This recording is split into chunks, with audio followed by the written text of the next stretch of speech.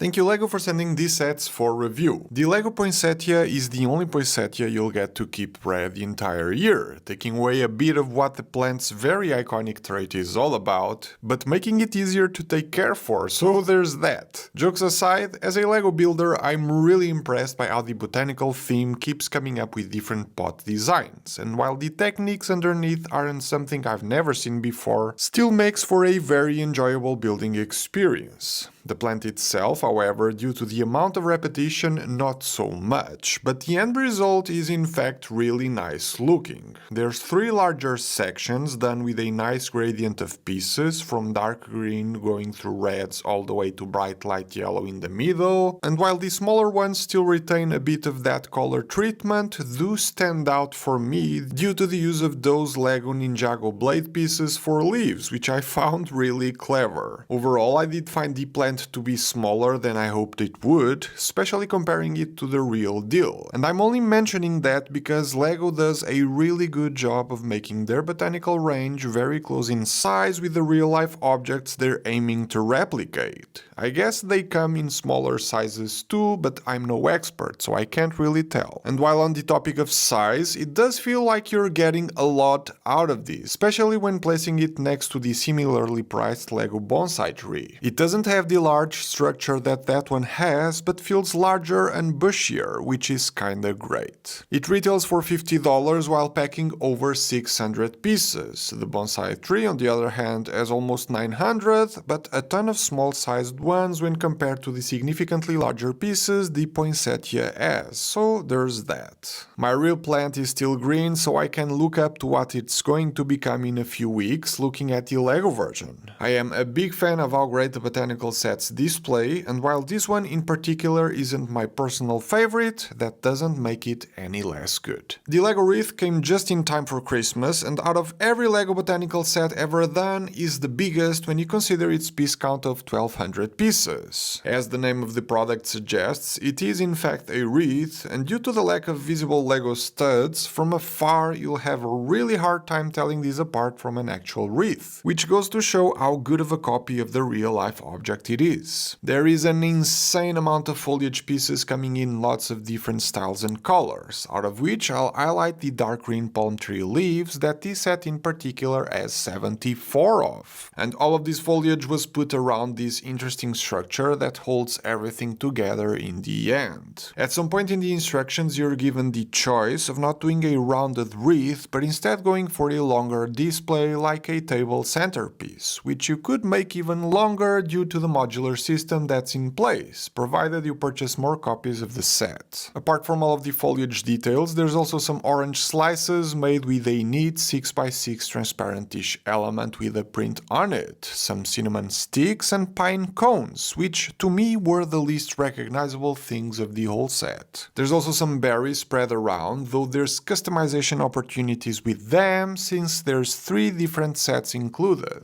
The red and orange ones on display, but also white and blue options that you can match to the Christmas decor you have around the house. Also worth mentioning that the back of the build includes special hanger elements for you, as expected, to be able to hang this on a door or wall. When it comes to the build, this wasn't all that enjoyable to do due to the amount of repetitive steps it had from start to finish, but I gotta give it to LEGO as this thing looks really good. I will for sure display this for the upcoming Christmas holidays, and as opposed to natural-made wreaths, this one will last you many seasons to come, which could be seen as a good investment. Now, being the biggest LEGO Botanical set ever means the price will also be the biggest ever out of every LEGO Botanical done up until now, and while the piece count justifies its pricing, it certainly feels a risky bet from LEGO, considering how every product of the theme was somewhat affordable at $60 or lower, and contrary to the others, this one is very seasonal specific, which will most likely lead to poor sales 10 out of 12 months of the year.